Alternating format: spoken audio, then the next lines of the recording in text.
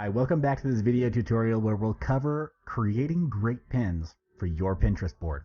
Throughout this video, you'll learn four main things, which are how to create informative pins, how to create compelling pins. Throughout the video, you'll learn four main things, which are how to create informative pins, how to create compelling pins, how to help people take action on their interests, and the top apps to use to design and beautify your images.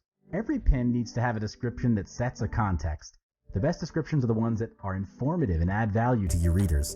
While only about 75 to 100 characters of your description will appear in grid view, you can include up to 500 characters. Next is to offer instructions and information such as how-tos. Step-by-step instruction and tutorials help break down complicated projects and makes it easier for your readers to read and share the pin. This strategy works very well regardless of if you're a product or service-based business. If you're a restaurant owner, share simple recipes on Pinterest that would lead readers back to the main website, where they can book a table at your restaurant to try new recipes. If you are a service or experience-based business, like a hotel, provide informative tips on how to keep linen clean and fresh or everyday shortcuts to help manage laundry and housekeeping. Be creative. A simple step to deliver persuasive information would be adding a clear text overlay. Text overlays can give pinners a snapshot of what the pin is about, especially when a pin's purpose isn't obvious from just the image. You need to make sure that you make the text a part of the design and large enough to read easily on mobile or in a grid view. Also, you definitely need to minimize the amount of text in an image.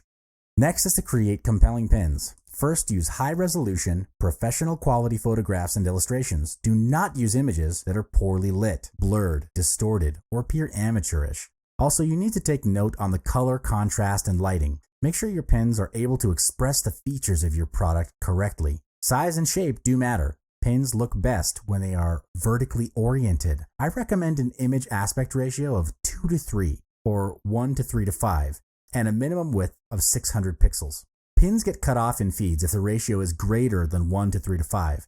So make sure the image is not too tall. For example, an image that is 600 pixels wide should be between 900 pixels and 2100 pixels in height. Also, you need to pay attention to your composition. Do not use more than 4 separate images in a pin. Images should have a focus or a clear theme, not just an assortment of random images of your products.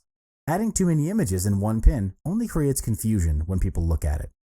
Helping people to take action on their interests that are in line with your business can sometimes be a challenge. However, there are 3 simple steps which you can take to persuade and influence your target audience to take action. Are you ready? The first would be link out of your pin to places or websites that help people.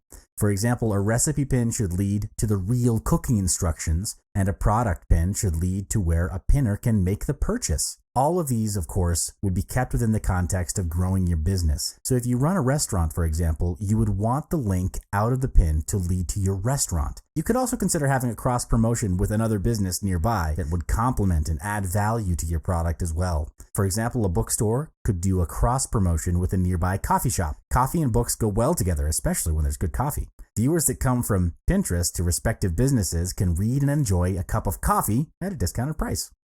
The second is to make your pin a rich pin when possible.